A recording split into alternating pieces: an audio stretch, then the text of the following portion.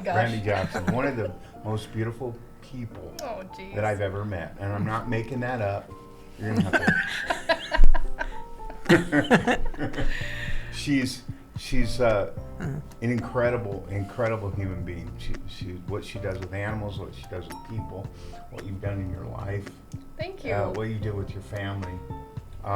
It's just like, I'm impressed by you every time I see you. Got God in your eyes when you smile. I can just see you. It's passionate, it's real, it's authentic. It's in what you do, which amazes me, is the driving. It's our joke. She drives. Drive. Like, how many miles do you put on a year? Do you have any We idea? cannot say that out loud because if my husband watches this, I would be in big trouble. No, I like that you use the word amazing, the driving, because I think it's a little insane sometimes when I start to add it up in my head. It's insane to me. I would never do it. But this morning when I left the house, I got up at 4. It was still dark. Of course, I have to take care of all the animals and get everybody all set. And then I headed off through the canyon because I have 30 miles of dirt road in order just to get to the highway.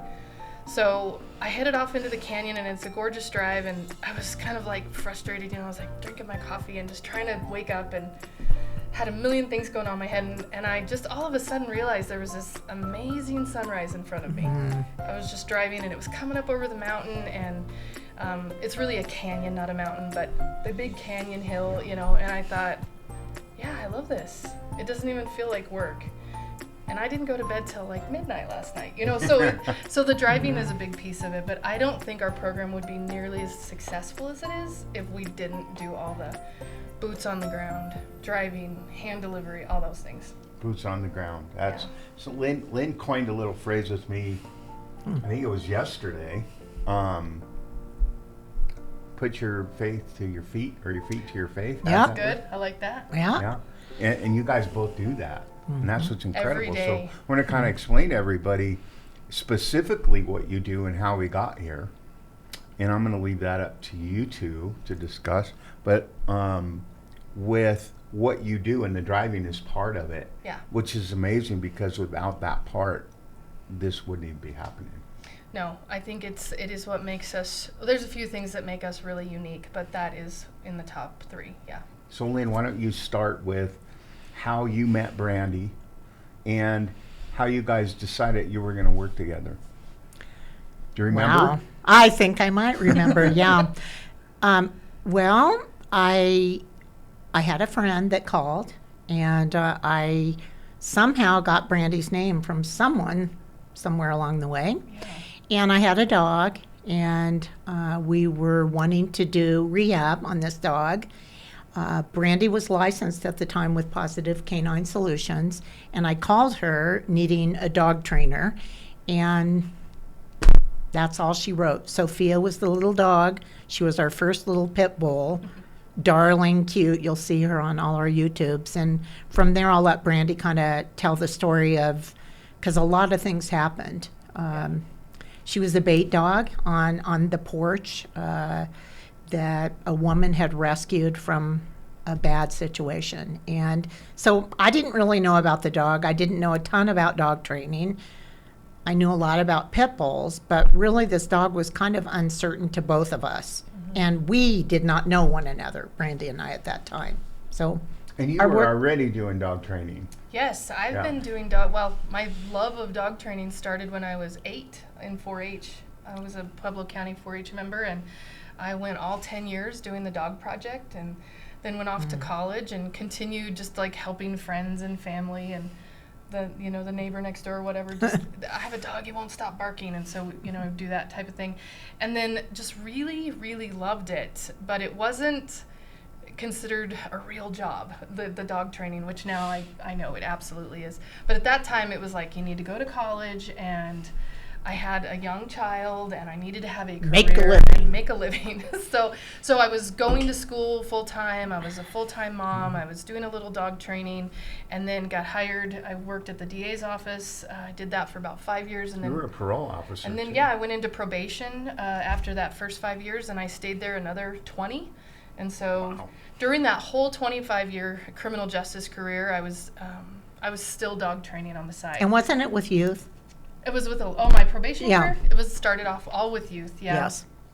Working with rural Colorado kids who sometimes have just as big and heavy of issues as some of our, inner city suburban kids do, just different settings, so maybe a little bit different issues, but still issues. And so I ended up eventually being a supervisor for probation, which to this day it was such a godsend because I went to so many trainings about communication and working with people and different communication styles. And so it really helped me just to be able to know how to talk to people.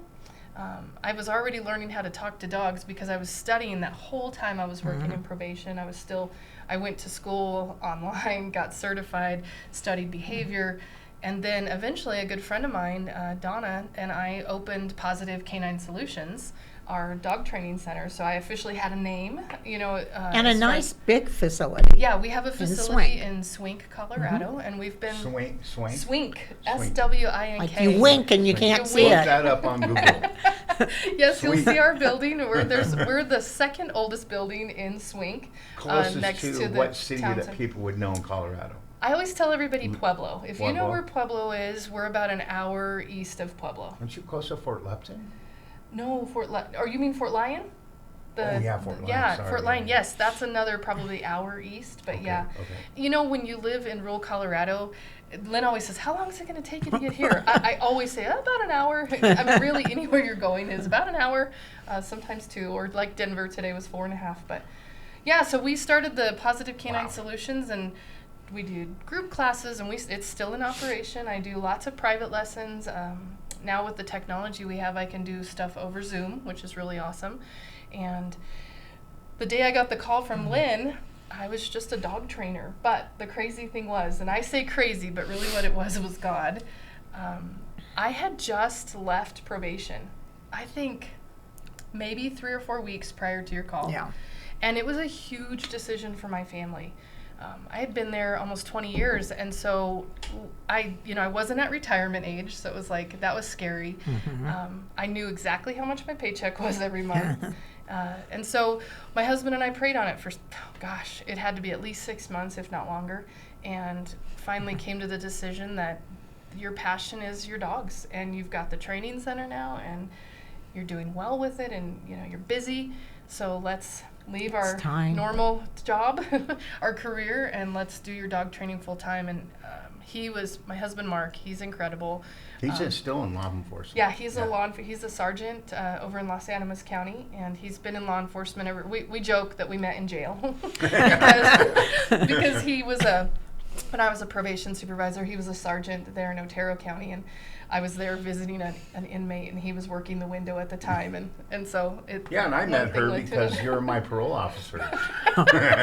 I'm kidding. Yeah. So yeah.